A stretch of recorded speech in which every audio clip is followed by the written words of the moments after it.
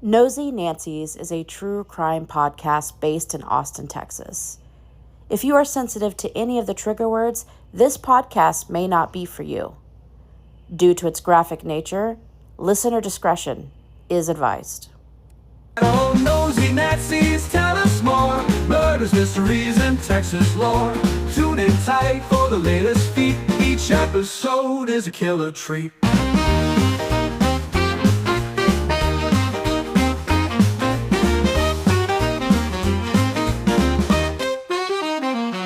Oh, Nosey Nancies, tell us more. Murders, mysteries, and Texas lore.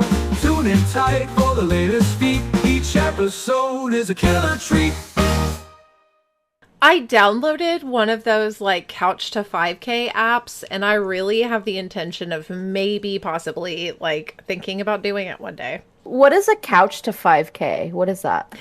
That's where it's basically like introducing you to running. So like you'll run for like a minute and a half, and then you'll walk for 2, and you'll do that like for 30 minutes, and then like the next time you do it, you'll run for, a minute and a half, and then you'll walk for like a minute and a half.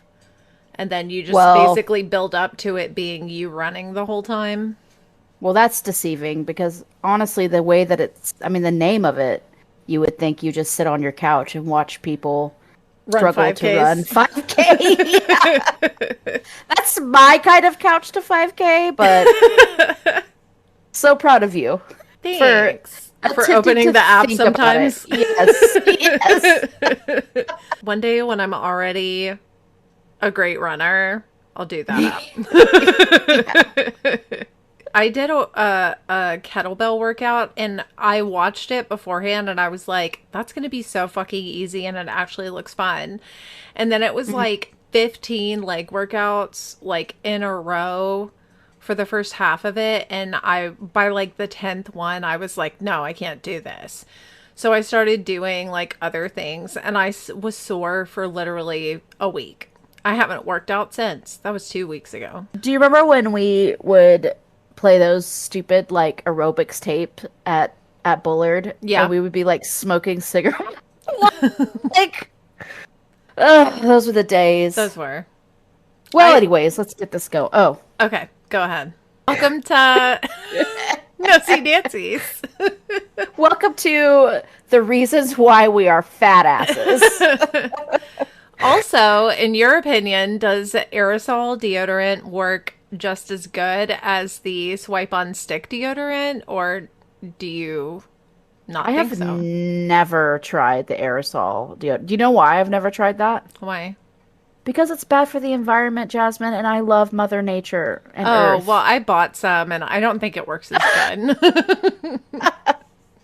Well, no, it's too busy eating the fucking ozone layer to protect our little bacteria-ridden bodies. Yeah, I've never tried that. You know what I do use sometimes, and we are not endorsed podcast, but I used to get Lume a lot, and I loved it.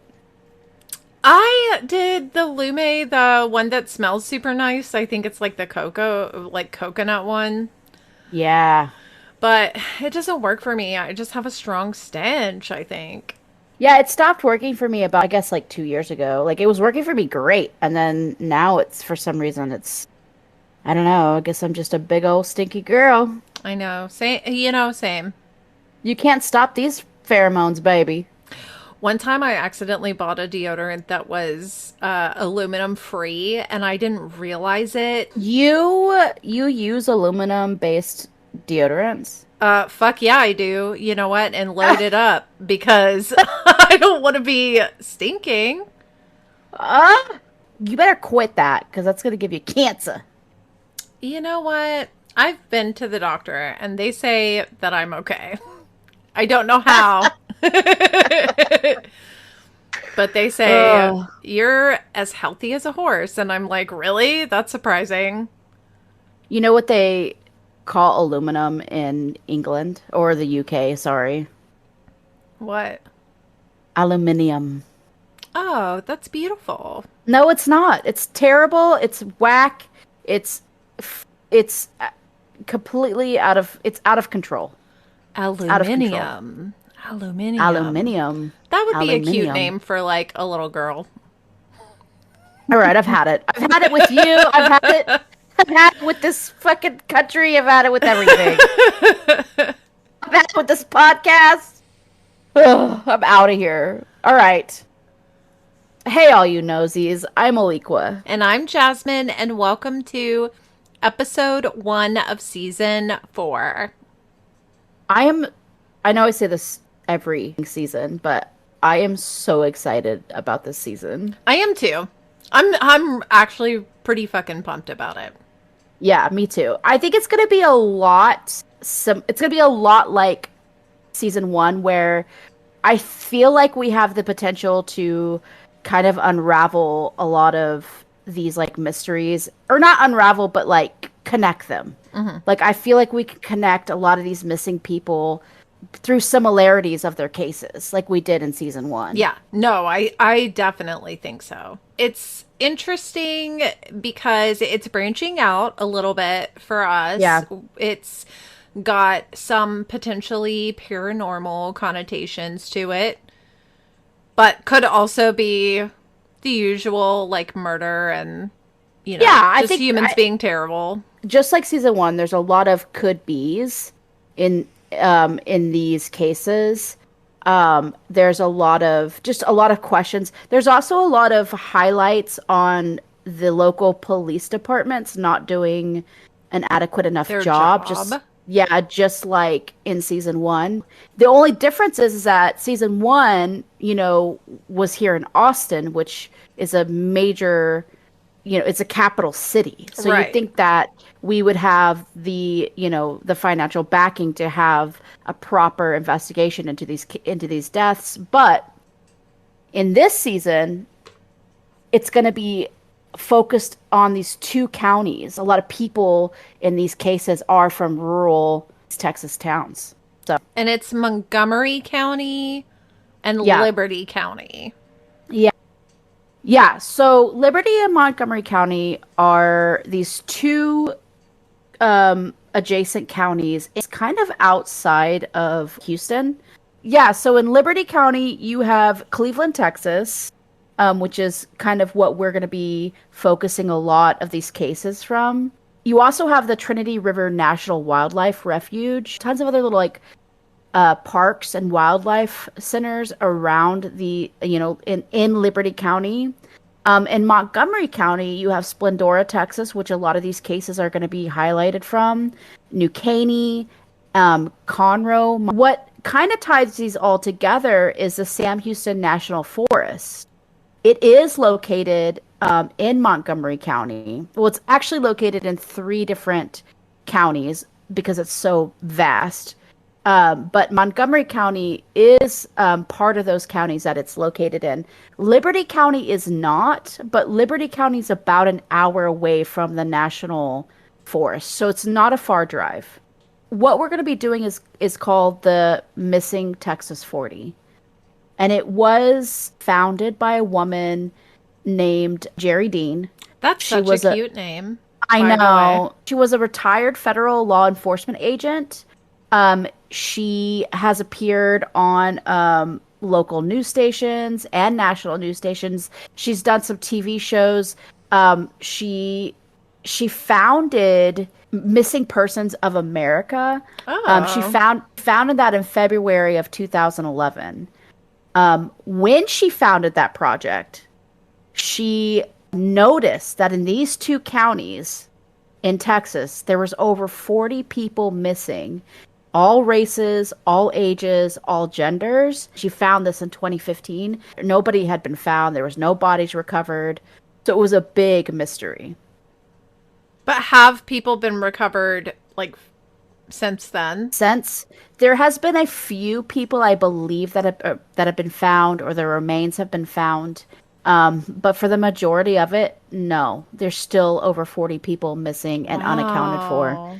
Now, Jerry Dean, she died of cancer on December 2nd of 2022. Oh my God.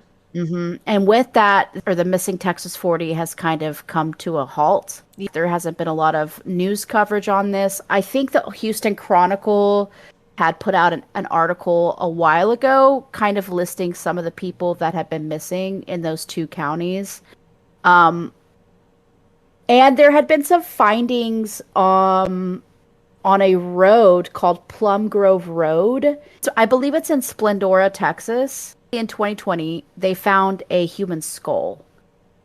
Yeah. So things are still happening in this area, but nobody's really talking about it. The police department's not really doing much about it. When confronted about the skull that they had found on the Plum Grove Road, the sheriff basically said, "Oh, it was probably a cadaver or someone who was buried in the cemetery not too far away, and when it flooded, the skull had washed down onto the side of the street," which I mean, wouldn't there have been other like bones? Was it You know what I buried mean? like 2 inches deep?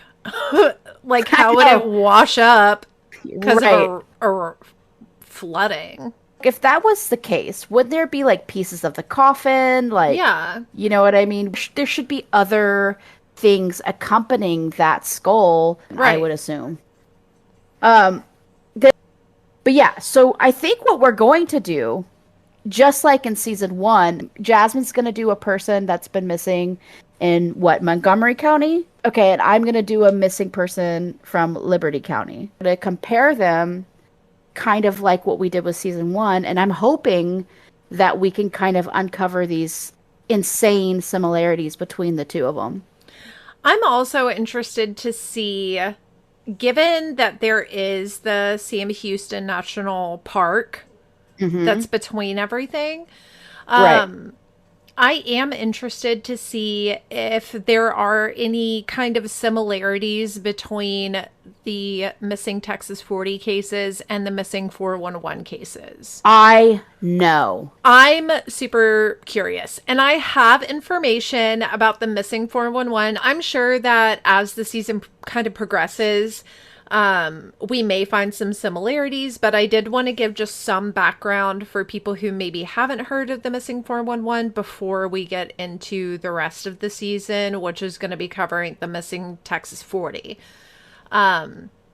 So the Missing 411 is a series of books and movies that were written by David Paulides, I think is how you say his last name. I probably should have looked a little better, but I'm calling him Paulides. Okay, this is our podcast and our world. Yeah, this is what we make it.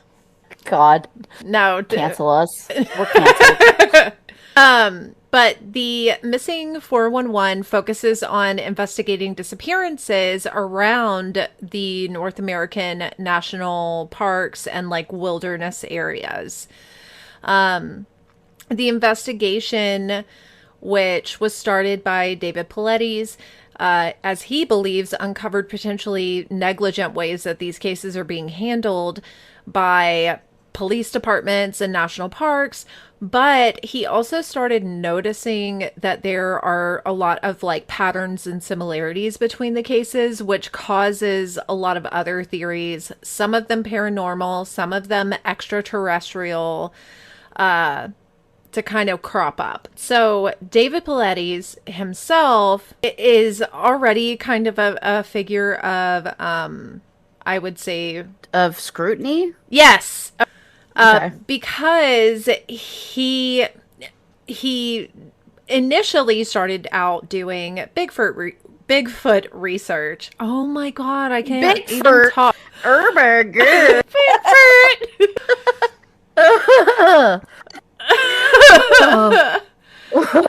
I'm keeping that in. I don't care. I don't care. I'm keeping that in.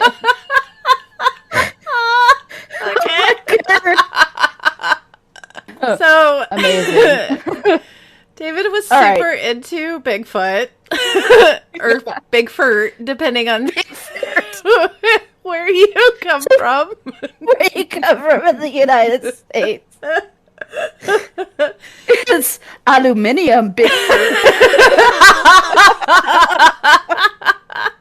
Stop. up. Everybody hates us. So stupid. Well, welcome to season 4. Starting off Where strong. we are more immature. Couldn't possibly believe it. But here we are. Oh, God. Amazing. So he started out doing his little research on Bigfoot. And that's why he ended up having so much interest in the national parks to begin with. Is because, people see Bigfoot around there. He does continue to regularly release YouTube videos and podcasts concerning the missing 411. And then in total, the total amount of cases that he has examined is over 1,200 cases. Holy moly. It's a lot. Yeah, he's got his little fingers in everything. So I love that for him. Couldn't be me. My ADHD would never allow that, but I love that for him. He is an ex-police officer. When he was doing some investigating around an unnamed national park to do like Bigfoot stuff, he was approached by an off-duty ranger who had expressed some concern about the missing persons in the national parks and mentioned that he thinks that like the people who are going missing around those areas just aren't really getting investigated properly, which I would agree. Yeah. Which caused David to want to look into it. When he began his research for the missing 411, he had filed a Freedom of Information Act request with the National Park Service to obtain a list of missing people from the various national parks. He was met with the response that some parks just simply don't keep a centralized list or even complete records of missing persons at all. Which is insane to me. That makes ridiculous. No sense. Yeah. In order to create such a list for him, it would take a total of $34,000 due to the amount of manual labor involved in getting the information. Another office allegedly had quoted that it was going to be $1 million+ to compile this list. Are you fucking kidding me? Yeah. Like, there's only so many national parks, right? Right. And aren't these national parks, like, aren't they kept up by our tax dollars? Yeah. And now they also want us to pay for information that we legally are privy to or should be privy to. Well, and it's that's insane. If a person goes missing anywhere and it's reported, then the police become involved, usually. Right. I think pretty much or every time. Yeah, or some kind of authoritative or, So, like, why is there not a list of, people who... Is there not, some database in the police departments that's, like, missing from these certain locations? Or the park rangers? I mean, that's what park rangers are there for. But, I mean, they're there to, like, uphold, some sort of law in the national forest and these parks that are, funded by us. Yeah. Like, I don't understand that. It's, honestly, it's an embarrassment. And obviously, David believed that this was a clear indication that, these cases are not being handled the way that they need to be. And that there's something going on that he had stumbled upon. David doesn't ever push towards one theory or another, but obviously these cases are mysterious disappearances, so there are that's kind of what's happened with season 1. Yeah. It's like it's all these different things that could actually be happening, and it may not just be one sinister thing going on. It could be multiple nefarious things happening. Some of the things that David notices and points out are unusual geographic clusters in the national parks, although in some cases he has looked into just more like rural area cases. But some of the common characteristics include victims vanishing near granite or boulder fields, sudden weather changes happening that disturb search efforts, like heavy rains or dense fog coming on all of a sudden. Tracking dogs either won't be able to pick up a scent or they'll refuse to search and start acting erratic. Bodies of victims who were missing will be found in previously searched areas. So they've already been combed through by the search party and then they show up there later on. Clothing is often removed, or shoes especially. There's like weird things with the shoes. They'll have one on and one off, or both shoes are missing. Disappearances often occur near water sources. Small children, which a lot of these cases actually do focus on young children, but small children will go missing and be found like extreme distances away, like they never would have made it there on their own. And then of course there are reports of strange lights, orbs, and sounds near the areas of these disappearances. I'm ready. I'm ready. If there's aliens, if there's extraterrestrials that are snatching up people, baby, let me know. I'm ready. Give me my ticket. Take me up. Take me. Yeah, take me up, honey. So some of the theories include more kind of just in general, like, oh, it could be, obviously animal attacks, but there's usually no signs of like drag marks or blood or any signs that like an animal was even near the area.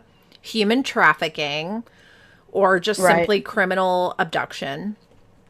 But of course, there are some people who are convinced that alien abductions are responsible. There's theories about portals, time slips, very like Donnie Darko. And because I guess some people believe that like Bigfoot is able to like slip in and out of dimensions.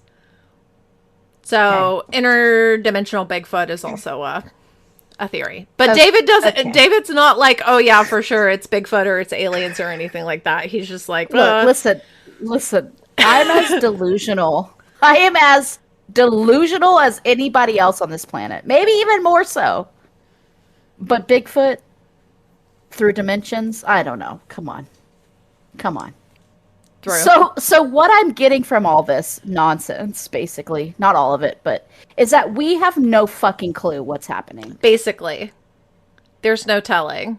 So let me tell you about some of the more famous missing 411 cases. Yeah, because I actually don't know jack about the missing 411. I know that a lot of podcasts have done it, but I've never actually listened to anything on it before. So this is going to be interesting for me. The first case I'll tell you about is a case of 6-year-old Dennis Martin, who went missing June 14th, 1969 from the Great Smoky Mountains in a national park near Tennessee and the North Carolina border. He was playing a game of hide and seek with his brother and 2 other boys. He went to hide in a bush just like a few dozen feet away, and he just never came back out. When his father realized he was missing, which was supposedly just a few minutes after he ran and hid, the dad tried to search for him. He went searching for nearly 2 miles down the trail to try to catch up to David and could never find him. The search for David became one of the largest search operations in national park history at that time. I mean, since then they've had equal or bigger, but there was over 1,400 people that participated, including Green Berets. I don't even know what Green Berets really are, to be honest. They're army men. Yeah. They're army men in the Armed Special Forces unit that are a highly trained branch known for their unconventional warfare expertise. So why were they out there? What is I don't yeah, know. number one, why are they there in the forest looking for a child? And two, what's unconventional? Warfare. Did you ever watch that tickling documentary, Tickled? No, but you told me about that. I think. You know how they said that they were that it was all research because the army was trying to use tickling as like a form of defense or torture? Oh my God. Imagine. Anyway, what if that's what the Green Berets are up to? The Green Berets are special because they're, yeah, let's send out our finest, the tickling Green Berets. What the fuck? Tickling their way to freedom since 1905. Give me a break. I'm out of here. If I don't. somebody tickled me, I'd be in love with them immediately. Immediately. Todd tickles me all the time. Ah, it's the attention. I It's don't. attention. I love my husband. I don't like to be tickled, so he's allowed once an hour, and they cannot stack. I love that. Once an hour, and they cannot stack. Although Todd argues that they can stack, so we're still working on that portion of the agreement. That's what marriage is. It's just compromise, you know? Exactly. Todd's not ticklish at all. If I could get him back, that'd be one thing. But Maybe Todd should join the Green Berets. so the Green Berets were out there. No trace of Dennis was ever found during the search. Bloodhounds were brought in. They couldn't pick up his scent. There was a heavy rain that fell and washed away evidence potentially. Some other weird facts about this case is that another family with the last name of Key said that they heard, quote, a sickening scream and saw a man carrying something over his shoulder shortly after Oh. Dennis went missing on the same day he vanished. The FBI got involved, but I guess it was quickly dropped due to lack of coordination, I think, with the national park. There was no physical evidence ever found, no clothing, no blood, no anything. And then the Green Berets were working independently, which led people to question why they were out there, asking if there was something classified or unusual about the disappearance. Like, nobody ever found out why they even They were came. there. Yeah. So the next case I'll tell you about is 3-year-old Jared Heredero, who went missing October 2nd, 1999, from Big South Trail near Fort Collins, Colorado. He was on a trip with, this one's kind of weird too. He was on a trip with his sister and a group of adults from a Christian singles group that was run by his father. So he was there with his his family basically. His father runs this singles group, and they're all out there, like, I don't know, trying to meet a partner.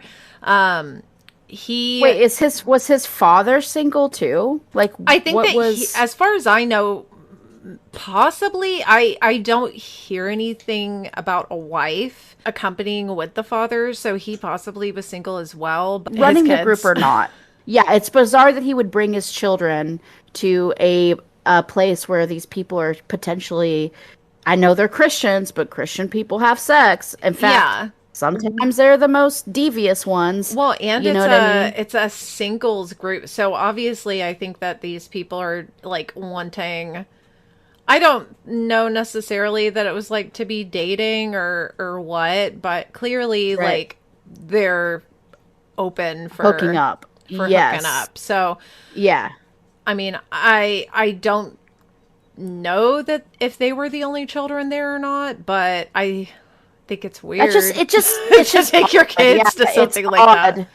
Yeah, it seems really negligent. And personally, like, if that was my child, if those were my children, and I was his ex-wife or Right. the mother of his children, I would absolutely forbid him to bring my children on a basically like in the middle of nowhere and a hookup, like basically a hookup. Yeah, I don't understand really the dynamic of this group. No, no, Um, right. So he went ahead with some of the adults to the fish hatchery. Jared did. And then the adults decided to hike the Big South Trail without talking to Jared's father about it. They just took, like, the kid was with them and they made this decision and they just went on. So Well, he let a group of people take his child on a hike? to the fish hatchery. And Uh-uh. then they decided from there to go on this hike and didn't check back in with the dad. That's abduction. They Yeah. abducted this kid. So, according to them, Jared, who was walking, he was 3, ran ahead and just vanished. Like, ran up over a hill and vanished.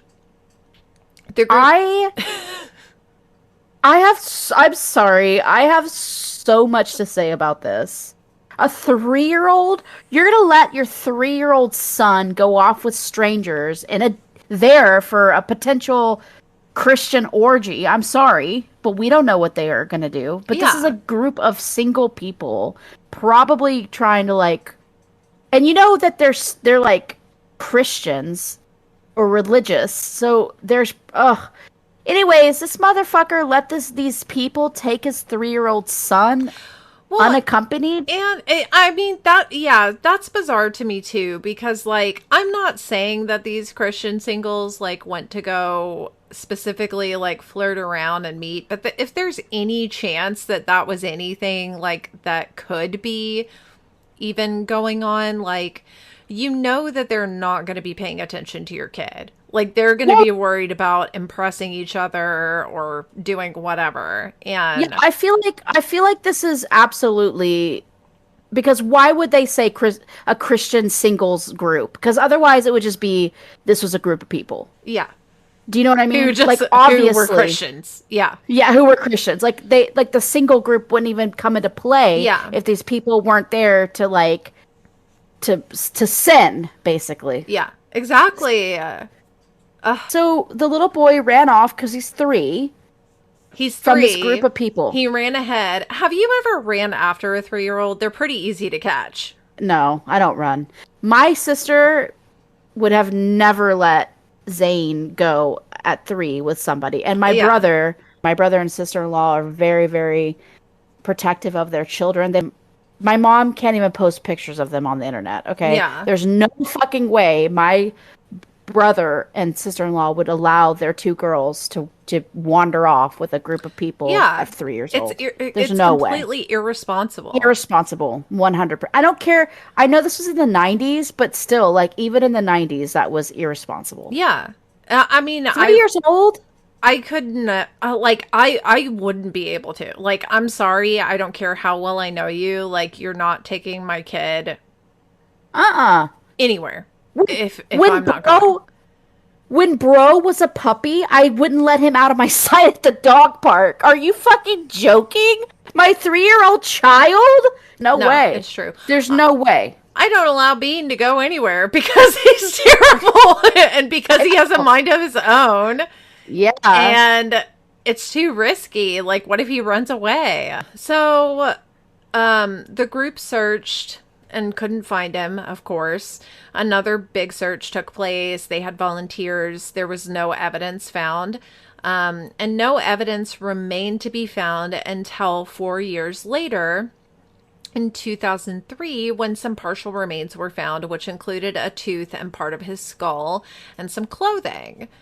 So his sweatpants and shoes, which were found, looked nearly brand new. They had been out, supposedly in the wilderness for 4 years.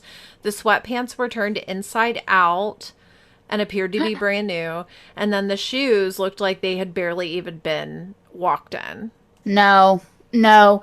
Something happened to him and somebody in that group knew about it, felt guilty, and planted the evidence so that they would Yeah. find his remains. That's what I'm thinking, because his remains were also found in a really, like, rugged terrain area that would have been entirely difficult or even, like, impossible for a 3-year-old to reach on their own. Poor baby. the next case that I'll tell you about is also a famous case, but it doesn't. It seems to err more on the side of like somebody did something to this child. So this is 2-year-old Dior Kuntz Jr., who went missing July 10th of 2015 from the Timber Creek campground near Leodore, Idaho. He was camping with his parents, his grandfather, and a family friend. So Dior and his grandfather went exploring, and Dior briefly kind of went out of the grandfather's point of view or vision for a moment before he completely vanished. The search began immediately, allegedly, and the authorities were called shortly afterwards, who brought in more search parties and everything like that. There was no physical evidence ever found, despite having dive teams, track dogs, and helicopters. The thing about this case is that both parents gave inconsistent statements when they were talking to the police, and both parents failed several polygraph tests, which are not admissible, in evidence or anything. Right, right. But still weird. Guilty. I still think they're guilty. Yeah. So 2 separate private investigators were hired, and both later withdrew, citing lack of cooperation and suspicion of the parents. But no evidence was ever found, and the case remains unsolved, with no arrests ever being made. They did it. I mean, it sounds to me like they did it. Yeah, but what I don't understand is, like, was the grandfather involved? Because, or was he like, maybe they were like lying for the grandfather? I mean, what? Yeah, because he wasn't, missing. He allegedly was with the grandfather, but it's also like the statements that they were giving to police were inconsistent. So was he with the grandfather, or were they trying to throw the grandfather under the bus? Right. I don't know. That's suspicious. I mean, I know that lie detector tests aren't admissible in court, but like there is something to say about, their stories not adding up, and also them both failing. Yeah. If it was one or the other, right, I still would think you did it. Right. If their stories were the same, and they failed the lie, or one of them failed the polygraph, I would assume they were nervous, right? Or something like that. But just because, like, I mean, for me, because I am so fucking anxiety ridden, I would be like, I would fail a polygraph test because I'd be like, oh God, am I going to fail this? Even though I know I'm, like, innocent. Yeah. I would still be like, oh God, I'm going to fail this. They're going to think I'm guilty. You know what I mean? Right. No, I'm the same. Stories. But they also took evidently like multiple polygraph tests. I think if you fail one and then you ace the other one or whatever, I don't know how they work. Right. I don't know how they work. Right. But, if you fail one and then you do a good job on the other one, it's like, okay, for sure they were nervous and they fucked up. But to fail several is bizarre. Yes. And to have inconsistent stories, along with that, it's very suspicious. Well, and like these private investigators that were hired, I mean, they quit because of lack of cooperation with the parents. And like, if your kid is missing and someone's hired an investigator to find out what happened, why would you not cooperate? Oh, 100%. Yeah, it's because they didn't want their kid to be found. Yeah. Because they had something to do with it. So 8-year-old Sammy Bolick went missing October 14th, 2006 from Crater Lake National Park in Oregon. He was diagnosed with mild autism, which they made important because the police really kind of used it as a reason that he didn't respond when he was being searched for, which I think is kind of weird. But he was on a short trip with his father. They had stopped at a scenic viewpoint together, just a short distance from the parking area. Reportedly, Samuel ran up a hill, vanished instantly. They were right next to the parking lot. No trace was ever found. The search dogs were called in. A search was performed, and no evidence of what happened to Sammy or his remains have ever been found. They did note that because of his mild autism, that could have been a reason that when people were calling his name, he didn't respond. I don't buy that. No. I think one of the I don't know for sure, but I think one of the stipulations of being considered a severe autism is nonverbal, right? Is being nonverbal. And I think being mild, you still verbal. can communicate. Yeah, is verbal. If he was on the spectrum and he was a mild case of autism, I don't think that if he was lost, he would just be silent. I think he wouldn't just like shut down. Yeah. You know. No, he 100% was abducted, and I believe he was abducted. No, I think so too. Because even if he got lost and he did, you know, just kind of shut down and not know what to do, like someone would have stumbled across. It seems pretty illogical that this child would get so lost so close to the parking lot. Yeah. You know what I mean? They were just a short distance away. Yeah, that seems pretty, like, improbable. I mean, I probably would have been ready to go. If I ran ahead anywhere, it would have been to the car to sit and wait for you to get there. Same. I'd get out of that car. I'd say, oh my God, we have to walk. I'm getting back in the car immediately. Yeah. That's just me, though. Yeah, no, I agree. Look, if I go missing in a national forest or any park at all, it's murder because there's no way my fat ass would be in a fucking national forest anyways. I do. Okay? I like hiking and stuff, but yeah. I mean, eventually I'm like, okay, it's hot. Yeah. And I like hiking on a treadmill inside. Do you know what I'm saying? I love hiking where there's AC. Do you understand? I will never be in a terrain that is jagged, that has animals that could kill me, that if I fall, I'm definitely breaking my fucking hip or my ankle, and that there's sunshine, okay? I do not... If I'm ever missing in a town or an area that has those four things, my ass was kidnapped and I was killed. If I ever see you in a national park, I'm going to know that somewhere, somebody, I don't care if I see him or not, has a gun pointed at you. And that's the only reason why you're there. Yeah, for real. Just let it be known. If I'm ever there, if you ever see me in a national forest, I'm there against my will, call the cops immediately. I'll be there hiking. But my hike won't last very long. I'll tell you that. The thing is, too, is if this kid got lost and somehow, you know, something happened to him, they would have found his remains. Yeah. Yeah. And when you don't find somebody's remains that have been lost in a forest like that, to me, that means that it was intentional. Right. Like with the 3-year-old child, they did something to that child, panicked, and they left his remains there. Yeah. They were not, you know what I mean?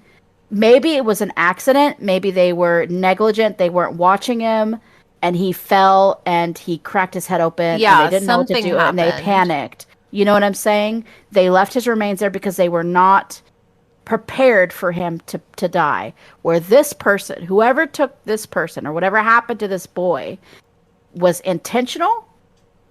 He disappeared without a trace. I truly believe, anytime somebody vanishes without a trace, it's a professional. It's a professional job. They know what they're doing. They've been watching this person for some time.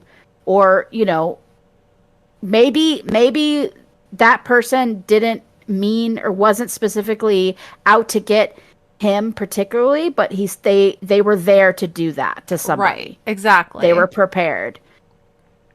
So, Yeah, something happened to that kid that was intentional Mm-hmm. Yeah. and probably like, Nefarious. yeah. The next one I will tell you about is 14-year-old Stacy Ann Aris, who went missing July 17th, 1981 from Yosemite National Park in California. She was on a horseback riding trip with her father and several others. She decided to go on a hike to take some photographs, and the 72-year-old man, George Beale, decided to go with her. But during the hike, he said that he became tired and stopped to rest and told her, like, go on ahead. And, I guess the arrangement was for her to meet him back there, and she never showed back up.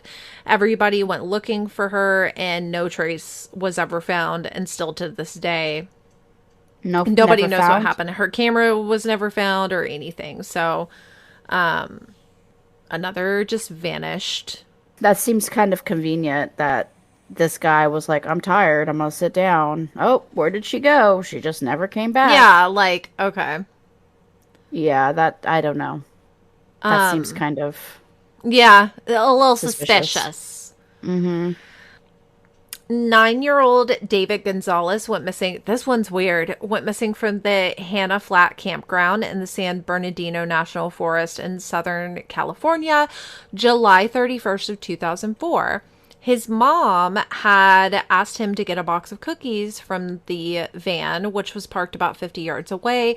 She handed him the keys. She watched him walk to the car, and momentarily, she said it was just a moment, she turned her back, and when she looked back to watch him, David was gone. No. No. The cookies that he went to go get were still in the van, which was still locked. Rescue teams So he never reached it. he He never never even reached the got to the truck. van. Rescue teams began the search, which lasted for 9 days, but no signs of David were nearly found until nearly a year later, where hikers discovered the remains in a ravine about a mile from the campsite. The dental records confirmed that the remains belonged to David, but there was no evidence of an animal attack, which is the leading theory of what happened. So the cause of death remains undetermined. No, they were by the parking lot. Somebody was waiting for somebody there. I'm convinced, and they took him. Or I don't know. I mean, I guess I'd have to see the report for his autopsy if they did an autopsy, and if they ever figured out a cause of death. You know what I mean? Because I Yeah. mean, a year is a long time, but it's also not super long. Where you could still sometimes, if there's a like a blunt force trauma, you know what I mean? Yeah, They it's can determine that. obvious. Yeah. Yeah, and so the leading theory always remained that he was just attacked by an animal that drug him off, but there was no signs of like predatory marks or anything like broken bones or anything like that. So, That's strange. yeah. So, occasionally there are stories of survivors for the Texas missing no, the missing 411. 10-year-old Kyle Camp, I guess, was just chilling at his family's home, which was in a rural area, and went missing. And he was found the next day, safe and unharmed, in an area that had previously been covered by the search party that was looking for him. He did have his dogs with him. 2-year-old Kenneth Parkins disappeared from his family's ranch and was found over 12 miles away, 19 What? hours later, alive. He was 2. So he would have had to cross all of this, like, severely rugged terrain. He was 2 years old 2 years and old, traveled 12 traveled miles. 12 miles later, Not by traveled 12 himself. miles and was No, not found by himself. 19 hours later. This was during No. like freezing cold temperatures, and the condition of the weather made his survival literally like an incredible thing. What? Now, are these are all by the National Forest? Yes. Okay. Um, 24-year-old Stephen Kabacki went missing while he was on a cross-country skiing trip. A search effort was conducted, but no evidence was ever found.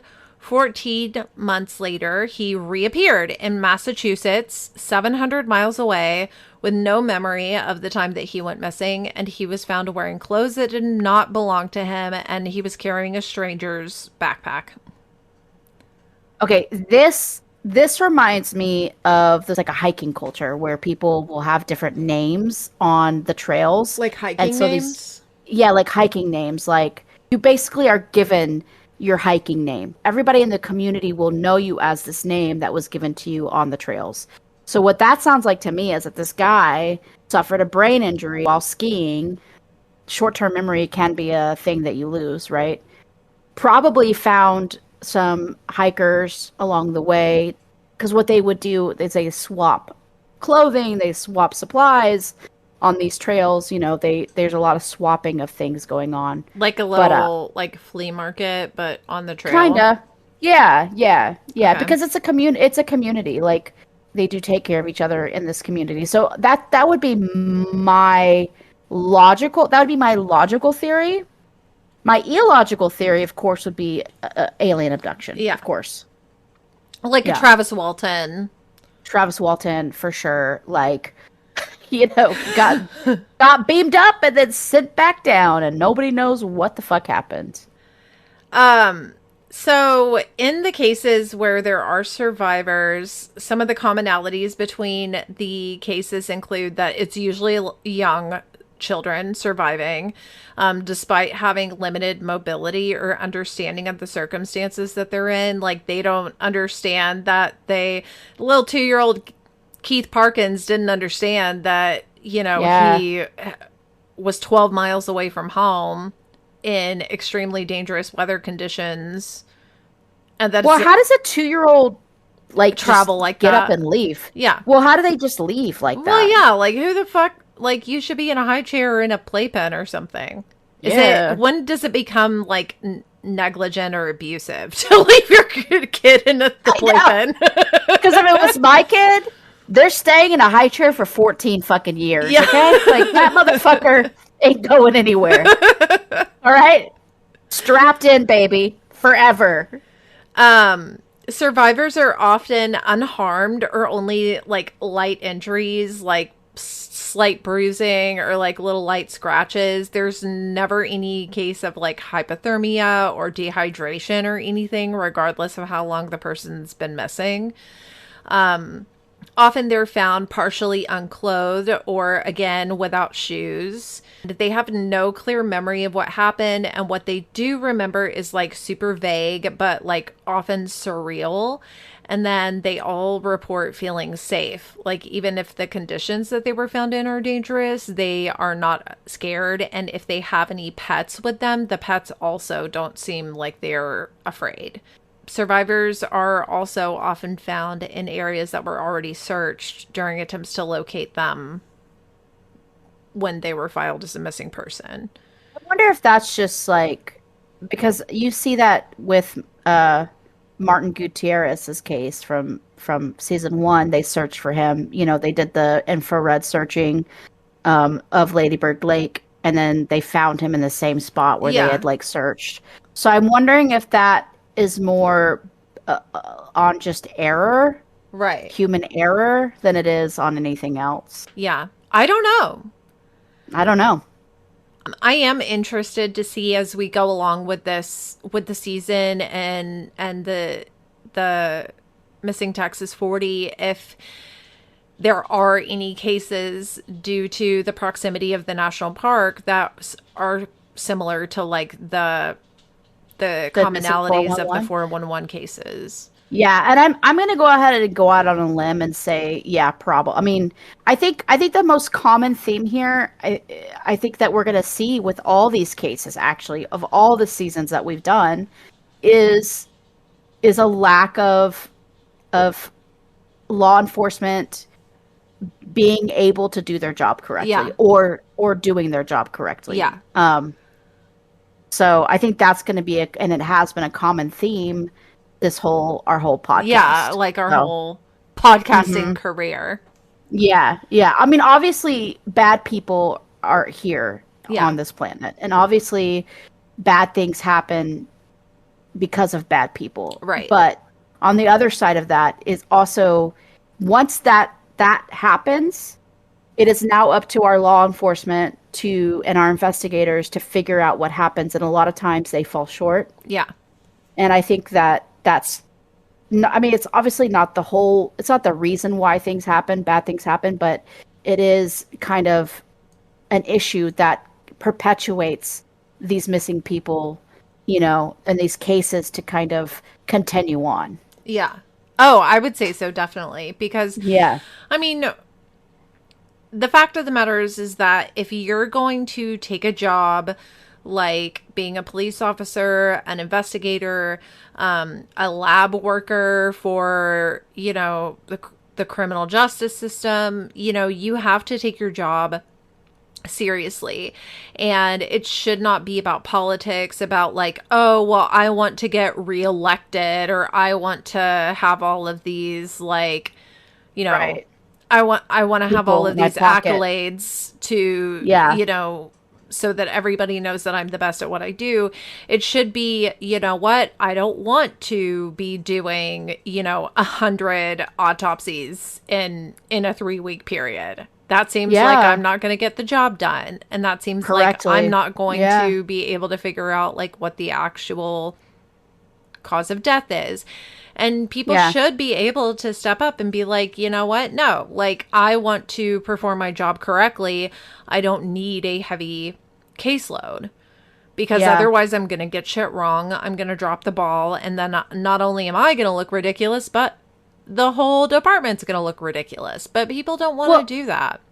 well, and also, I mean, a lot of it too, I think, is that even if there are people who are doing their job correctly and who are out there to make a difference, unfortunately, and even if Definitely. somebody wants to do their job correctly, there's all this red tape that they have to go through. Like, for instance, the whole thing about the national park being like, no, you can get this information, but it's going to cost you $1 million Yeah, you for have this to information. pay for it. How is a private investigator supposed to obtain that information Right. if they're working for the families? Like, are you fucking kidding me?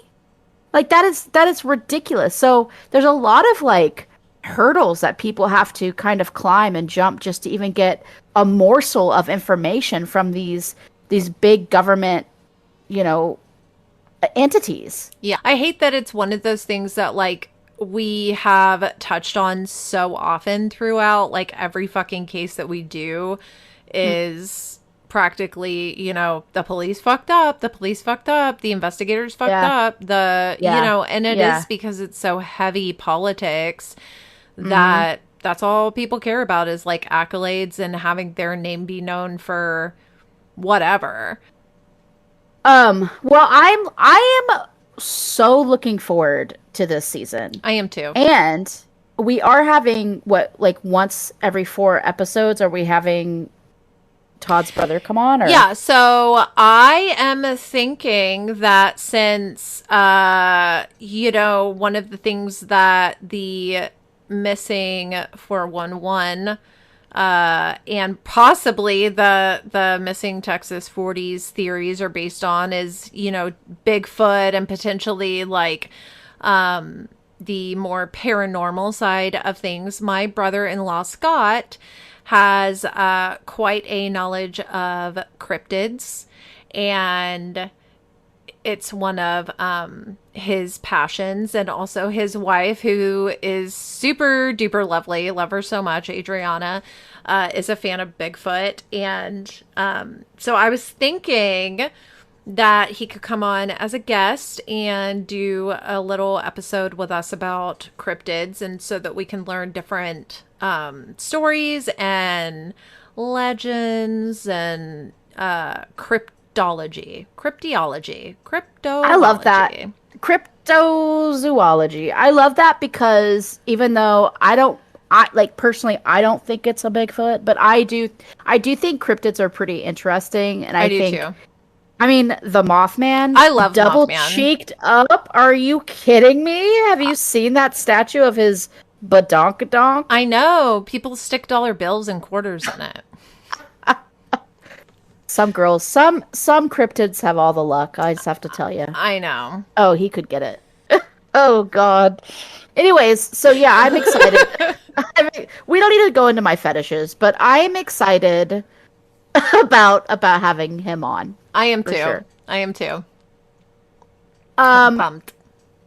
I'm pumped. Pumped, I Okay, tell ya. so all that being said, we're gonna go ahead and wrap this episode up, right? Yes. All right. So I do have a missings person before we sign off. I do have a missings person that I would like to share. Okay. Actually, I have two. The first one is a man named Jeffrey Scott Van Slyke II, or Jeffrey Scott Fronterio the second. He goes by two names. He is 6'1". He's Hispanic. He's between 145 to 160 pounds. He's 41 years of age. He is houseless at this moment. In Austin, he usually keeps in touch with his sister, but she has not heard from him since September 10th of 2023. Oh my God. Yeah, he is. I do have a picture of him, and if you do see him, you can contact the Austin Police Department. The second person is Dennis Newbill. He's also known as Butch. He is missing from Lockhart. He's African American, and he's 54 years old. He's between 6'1" and 6'2". He has been missing for a couple days now, and if you do see him, if you can contact the Lockhart Police Department to report him. I think the Austin Police Department can also take care of that as well. Okay. Yeah, I will post both of their pictures on our social media once I get the episode uploaded. Perfect. Thank you If you for that. You're welcome. Yeah, of course. If you do like our podcast, which not very many of you do. How could you not? How could you? How could you not? Honestly, you can follow us. You could follow us on Instagram. It's Nosey Nancies. You could join our group on Facebook, or you can follow our page. Both are Nosey Nancies podcast. We also have a TikTok, which is also Nosey Nancy's podcast. Okay. If you would like to contact us about a case, about a missing person, if you want to just shout out at us, you can noseynancies@gmail.com. That's NOSEYNANCIES@gmail.com. You can also join our Patreon. It's $5 a month. We do post exclusive content there. There is some free content as well, so if you don't want to pay us $5 a month, I know it's a big deal, you can join as a free member. But that's also Nosey Nancy's podcast on the Patreon. I think that's it. I think so. Yeah. Okay. We want to... I'm excited. Yeah. Okay. Oh, okay.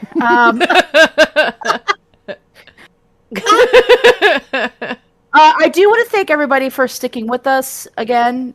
This has been kind of a demanding year for us both, so we are thrilled and excited for you guys to be here with us. Yes. Still. Thanks so much for getting through the kind of lull with us. We're excited to be back. We're excited to be having regular recordings. This is actually our second week in a row recording, and we won't be releasing any content from the first week because we are re-recording this episode. I had some mic issues and I sounded really far away and like a tiny person, so hopefully this one sounds better. Yeah. We wanted to like come with a bang, you know what I mean? That's why that's what most people want to do, is they want to come with a bang. But... Exactly. Oh, yeah. We wanted to have our first episode, our comeback episode, to be like as good as we can get it as being amateurs. So But Yeah. this is the way it ended up. So, however it sounds now, This is what you get, baby. this is what it is. It is what it is. Okay. All right. Let's get the fuck out of here. Okay. Okay. Well, stay tuned. Ciao.